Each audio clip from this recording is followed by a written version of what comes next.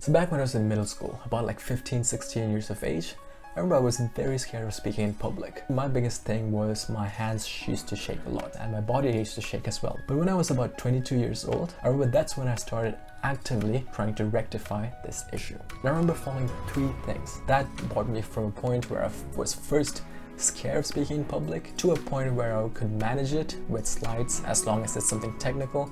Eventually I started giving free talks, like no slides. Many of the grants that I got, many of the great people I've met, and many opportunities in life come to you without you having to seek it when you start getting out there and speaking in public and communicating your ideas. So the first technique that helped me is to record myself live while I'm talking. The first time I did this was in my 3rd or 2nd year of my undergrad. So during this time I won an award for my work, and this was a global award program for undergraduates. So there were people from MIT, Cambridge, all over the world. First astronaut woman going to space, and this is a big high-profile event. They emailed out saying before the conference, for those of you who want to present, you have an opportunity to do so. On a whim, sent an email saying, yeah, I would like to present my work. That was a bold move that I didn't really think a lot about. It was at this event that I first recorded my talk live. Now here is why it helps. And number 1, it makes you realize you're not actually as bad as you think you are. Because most of the time when we speak in public, in our mind, we think we are nervous or we did not do well. When we watch a recording of ourselves, we will realize that it's not actually that bad. It may be bad, but not as bad as you thought when you were giving it live. And that is important because it will give you that tiny bit of confidence that you need to attempt to improve and iterate going forward, and not turn into defeatist mode saying, you know, I can't do this or whatever. And the second benefit of recording yourself is also that having like multiple recorded versions of your previous talks will help you realize what you can improve next.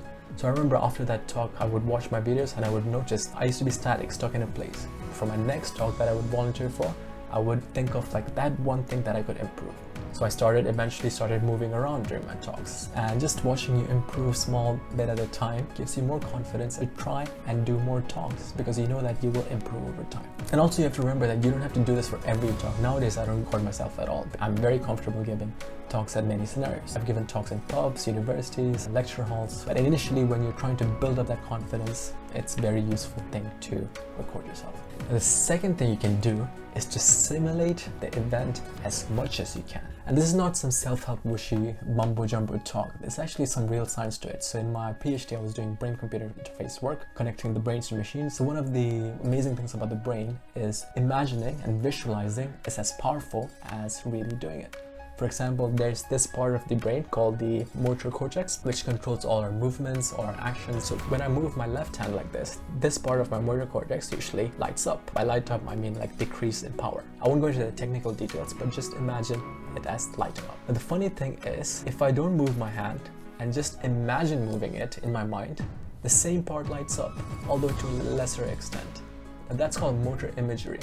And that's amazing, and you see that in different aspects of brain behavior. Just imagining and visualizing is often as powerful as really doing it. Again, during my undergrad days when I was actively trying to improve my speaking skills, and I presented my work at a conference in Cambridge, the typical thing I would do before talks is I would ruminate over things that could go wrong and try to be in a defensive position. I remember it was at this Cambridge event that I tried this thing for the first time. I was sitting in the seat and my turn was coming up like 2 rounds later. I remember I started like imagining myself like really crazy stuff. I imagined like a sun flamethrower flowing in and some strange energy welling up in me, being excited and thrilled to be here. Imaginary, nothing real, but just thinking of these things in my head. I really find it hard to explain what it's like. You just have to do it. It's something very visceral. So in the case of public speaking, if you're able to imagine and visualize and hype yourself and prep yourself up before the event or during the event, it's really powerful, trust me. Try doing it. But if you're not able to imagine yourself or you're not able to control your thoughts that way,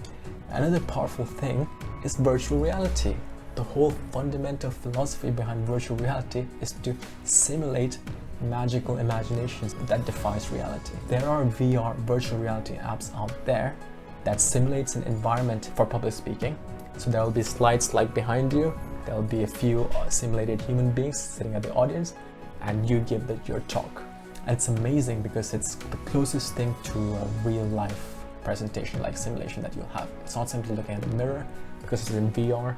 You get to have that immersive presence while you're practicing your speaking skills. So yeah, that's the second tip. Simulate as much as you can, whether it's through your own imagination or through tools like VR.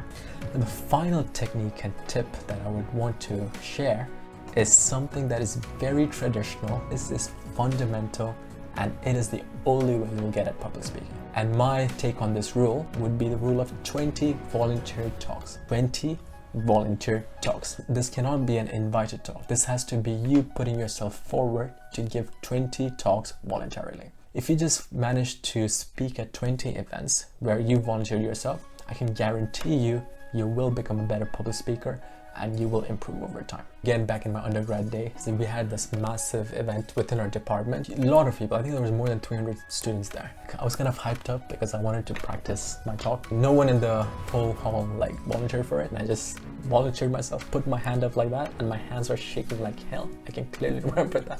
When the MC like invited me over onto the stage, I had to essentially on the spot think of something to speak about the topic, which was graduate opportunities. I had to think of whatever I had in my mind about graduate jobs and just speak. The opportunity to speak like that on the spot was amazing because I got to convince my psyche, my mind, that you know what, Nikhil, you're brave enough to attempt at these events. And that really was key and fundamental. I remember the MC later on told me that I could clearly see your whole body was shaking, your face was shaking and stuff. But I didn't really care because from that point on, I was just happy that I had the courage to at least try. That's why I highlight and emphasize the keyword voluntary talks 20 times. Because the more voluntary talks you do out of your own initiative, the more convinced your mind becomes of your courage and bravery, which is key and fundamental for you to attempt more talks eventually as time goes on.